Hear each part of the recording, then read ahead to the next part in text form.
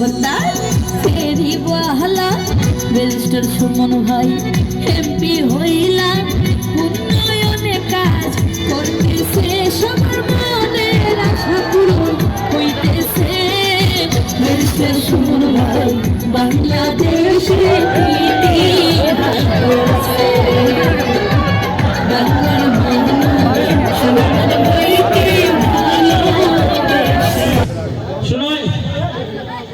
টেনশনের কিচ্ছু নাই। আমি যখন এটা চলে করছি উঠে আজ দেখি ফল্লাবার করছি দেখে আকাশ দেখা যায় না, তখন আমি বুঝছি যে আমার উঠে স্পিড বোট আছে। বিশ্বাস করেন তখনও আমার টেনশন যে আমি ছাড়া আর কেউ নি আছে। আমার মনে হয়েছে আমি বললে মানুষে বলবো ওই বেশি স্পিড বোট দৌড়াই সাথে মরছই, কিন্তু আর কেউ যদি মনে খবর ব্যারিস্টারের কারণেই মরছে। আমার দৌড়টা আছিল কেন, আমি যদি মরিও চুপচাপ জানা যা বইয়া আইয়া কোনো খান্দন লাগতো না, চুপচাপ আইয়া আবার চুনাঘাটের খামো লেগে দেবে। এটাই আমার আপনার কাছে চাওয়া। আর কেন এই যে স্পিড বোট চালাইতেছি মনে করেন আমি বুঝি না যে কাম করতেছি যে কোনো সময় মরতাম পারি, ওই স্পিড বোটের তলে বইয়া খুঁজতে না খুঁজতে তলে বইয়া তো মরবো। আমার এতে বই নাই, আমার বই এলো যে স্বপ্ন আমি চুনাঘাটের মানুষেরা দেখাইছি এই স্বপ্ন পূরণ না হইলে যেন আল্লাহ আমার দুনিয়ার ঠিকানা নেয়। আরে মরবো তো সমস্যা হয়েছে আমার আল্লাহ সাঁতার পারে না, ওইটা নিয়ে আরো করছি নেব। আমি দেখলাম যে বউয়ে সিলাইবো এটা যদি বলে ওইবার তোরা সোনার টাকা সব বিয়া দিছিলাম দিয়ে আমার বাইকারে তুমি হইতো কিলা যে সোনাঘাটে যে তোমরা আত্মীয়তা করছো আমরা তো আগে জানতাম না, তোমরা সাঁতার জানো না। আমার আল্লাহ যে সাঁতার জানে না এগুলো আমি জানি না, আমি ছেড়ে দিছি সাইডে কই তুই এখন যুগ ফটকান। এরপরে আমি ওই এরা কইলাম দৌড়াইস না খালি, কারণ এ তো আইসে বেটা অভিগঞ্জে বেশি টিকা, এ তো জানে না তোমার কাছে খোঁজা খোঁজছেন সত্য অত তাড়াতাড়ি মরে না। এরপরে এ বুঝছে আমি বললাম স্পিড বুকের কোনাটা দো তুমি ডুবতাই না, এবার তুই যেতে যে এমনি খাইয়া আবার উঠতে সোজা হয়েছে।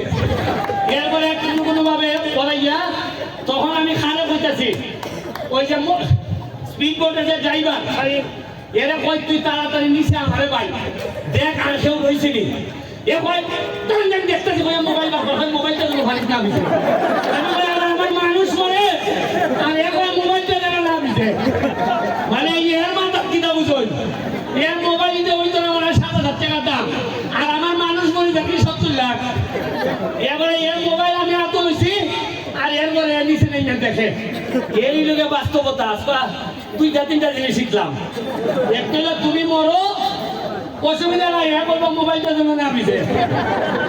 আর হইল গিয়া যে আদার জানে না এ তোমার আওয়া হইলো অসুবিধা নাই, তোমার লুই মরবো। কথাটা বুঝলাম যে নিজের যোগ্যতা না থাকলে, নিজের পড়াশোনা না থাকলে, নিজের কর্ম না থাকলে নিজের আবন দুলাবাই হাতে টাইনা নিত নাই। যাত্রা প্রমাণে এদিকে আজকে আদার জানতো আমার দুলাবাই কম লাগে, ওই আদার জানে না একটা দুলাবাই যাত্রায় এর লাগিয়া পড়ালেখাই কোন লাগবো নি নাই কে দুলাবাই টানবো নি, দুলাবাই টানে না আখিলাই টানবো। আমি টেনশনের কোনো কারণ নাই, এটা ডুববো আবার জাগাইবো।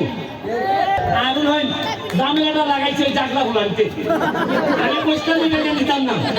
এটা উঠতে উঠতে 15-20টা উঠছে, উঠতে আবার উচকিও দিছে, উচকিটা হলাই দিছে। ওই আমার সারা আইসন তাই দেখি এটা অভিজ্ঞতাটা কিটা হইল যে বোঝাতে ডুবছিল আর তোলাবাই ডাকছিল এখানে। জীবনের প্রথম এক্সপিরিয়েন্স যে মরা নদীর মধ্যে এত স্পিড করে ওনাকে আনন্দ কাটাইছি, আনন্দের পরেও যে নিরানন্দ আছে এটা এখন বুঝছি জীবনের মানে কিটা।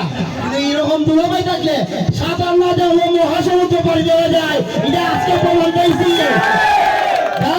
আমি কৃতজ্ঞতা জানাই এবং আপনারা আসলে দোয়া করছেন। আমরা যারা স্পিড বোটে আসলাম যে ছোট বাচ্চারা বিশেষ করে আমি ডরাইছি, আমি নিজেও যখন দুলাভাই বলছি যে ফাঙ্কার তোলো তুমি বাঁচবাই, তখন আমার মাথায় কাজ করছে স্পিড বোট কিন্তু ফাঙ্কাই ঘুরে তা আমার জীবনও বাঁচতে পারে বলে ফাঙ্কাই দিয়ে আমার জীবন বাঁচাইছি তা কিভাবে একজন বিসর্জন দিয়ে যদি ব্যারিস্টার সুমনের অর্জন হয় আমার বিসর্জন হয়ে যাবে উত্তম ইডিয়া আল্লাহর কাছে আমি দোয়া করি সোনারগাঁওবাসী ভালো দেখুন সুস্থ দেখুন আল্লাহ হাফেজ। আর একটা জিনিস হইল কি, আমার তো টেনশন এই যে আমি নৌকা চালাইতেছি, স্পিড বোট চালাইতেছি, ছোটখাটো একটা অ্যাক্সিডেন্ট হইলো, কিছু লোক কার হইছে আমার বিরুদ্ধে বদনাম হইতো। হইব কিনা জানেন? এই যে একটা নাটক আরম্ভ হচ্ছে ব্যারিস্টারে, এরপরে কইব এমপি মানে বেটা ভাঙ্গা নিয়ে ঘুরে ঘুরতো, উঠতো সাথে কি ওই যে এইখানের মধ্যে স্পিড বোট চালায়। সুযোগ নাই, সুযোগ নাই, উপরওয়ালা টানে, উপরের দিকে টানে, নিচের দিকে তোমরা টানে নামাইতে। তবে যদি পড়াশোনা করো, আল্লাহ রাসূল মাইনা যদি চলো, মানুষের হোক যদি নষ্ট না করো, মানুষের গম যদি মাইনা না খাও, তাহলে দেখো নে অল্প দিনের মধ্যে সোনারগাঁ কত দূর যায়, এটা আমি নিজের চোখে তোমরা ভ্রমণ করে দিব তোমরা। ঠিক আছে?